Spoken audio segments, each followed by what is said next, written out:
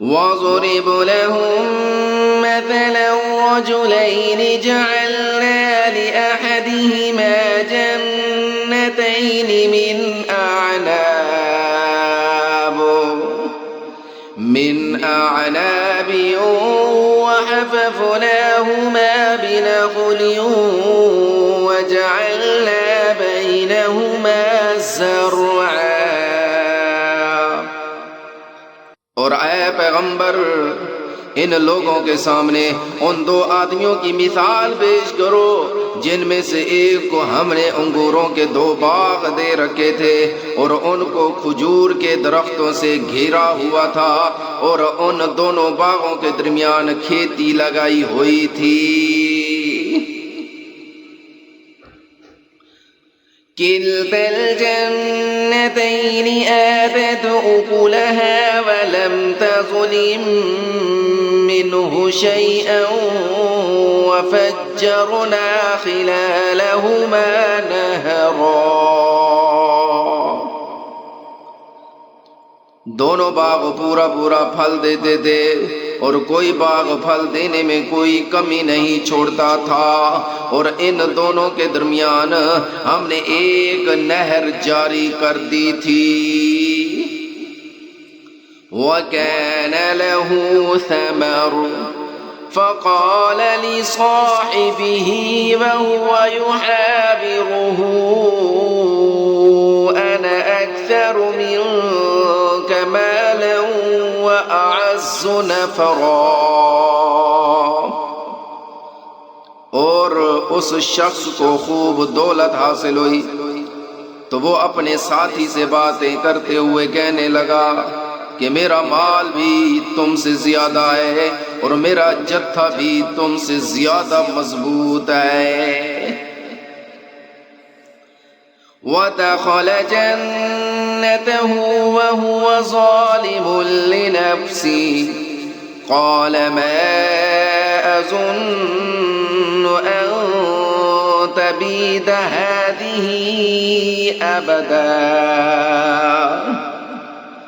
اور وہ اپنی جان پر ستم ڈھاتا ہوا اپنے باغ میں داخل ہوا، کہنے لگا میں نہیں سمجھتا کہ یہ باغ کبھی بھی تباہ ہوگا۔ وَمَا أَظُنُّ السَّاعَةَ قَائِمَةً وَلَئِن رُّدِدتُّ إِلَىٰ رَبِّي لَأَجِدَنَّ خَيْرًا مِّنْهَا مُنقَلَبًا۔ اور میرا خیال یہ ہے کہ قیامت کبھی نہیں آئے گی، اور اگر کبھی مجھے اپنے رب کے پاس واپس بھیجا بھی گیا تب بھی مجھے یقین ہے کہ مجھے اس سے بھی اچھی جگہ ملے گی۔ قال له صاحبه وهو يحاوره أكفرت بالذي خلقك من تراب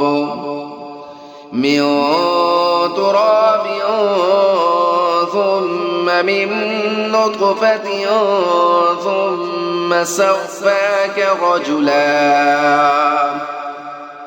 اس کے ساتھی نے اسے باتیں کرتے ہوئے کہا کیا تم اس ذات کے ساتھ کفر کا معاملہ کر رہے ہو جس نے تمہیں مٹی سے اور پھر نطفے سے پیدا کیا، پھر تمہیں ایک بھلا چنگا انسان بنا دیا؟ لیکنہ واللہ ربی ولا اشرک بربی احدا۔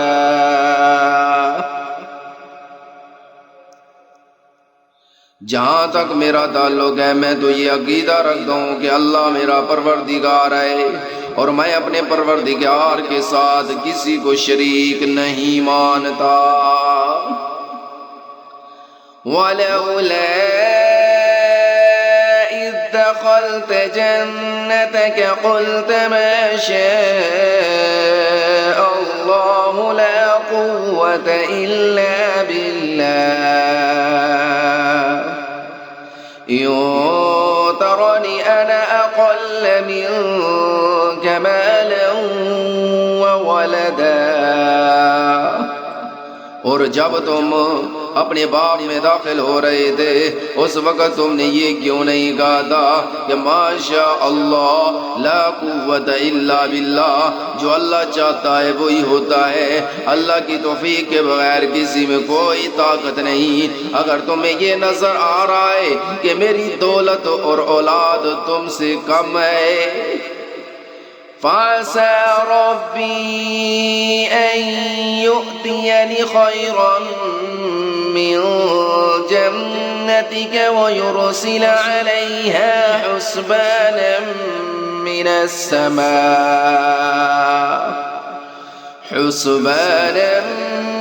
السَّمَاءِ فَتُصْبِحَ صَعِيدًا زَلَقًا۔ تو میرے رب سے کچھ بعید نہیں ہے کہ وہ مجھے تمہارے باغ سے بہتر چیز عطا فرما دے اور تمہارے اس باغ پر کوئی آسمانی آفت بھیج دے جس سے وہ چکنے میدان میں تبدیل ہو کر رہ جائے۔ او یصبح ماؤها غورا فلن تستطيع له طلبا، یا اس کا پانی زمین میں اتر جائے پھر تم اسے تلاش بھی نہ کر سکو۔ وَأُحِيطَ بِثَمَرِهِ فَأَصْبَحَ يُقَلِّبُ كَفَّيْهِ عَلَى مَا أَنفَقَ فِيهَا وَهِيَ خَاوِيَةٌ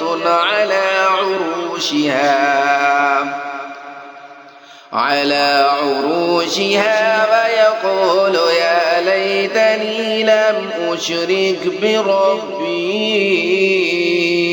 أحدا۔ اور پھر ہوا یہ کہ اس کی ساری دولت عذاب کے گھیرے میں آ گئی، اور صبح ہوئی تو اس حالت میں کہ اس نے باغ پر جو کچھ خرچ کیا تھا وہ اس پر ہاتھ ملتا رہ گیا، جبکہ اس کا باغ اپنی ٹٹیوں پر گرا پڑا تھا، اور وہ کہہ رہا تھا کاش میں نے اپنے رب کے ساتھ کسی کو شریک نہ مانا ہوتا۔ وَلَمْ تَكُنْ لَهُ فِئَةٌ يَنصُرُونَهُ مِن دُونِ اللَّهِ وَمَا كَانَ مُنتَصِرًا، اور اسے کوئی ایسا جتھا میسر نہ آیا جو اللہ کو چھوڑ کر اس کی مدد کرتا، اور نہ وہ خود اس قابل تھا کہ وہ اپنا دفاع کر سکے۔ هنالك الولاية لله الحق هو خير ثوابا وخير عقبا۔ ایسے موقع پر آدمی کو پتہ چلتا ہے کہ مدد کا سارا اختیار سچے اللہ کو حاصل ہے، وہی ہے جو بہتر ثواب دیتا اور بہتر انجام دکھاتا ہے۔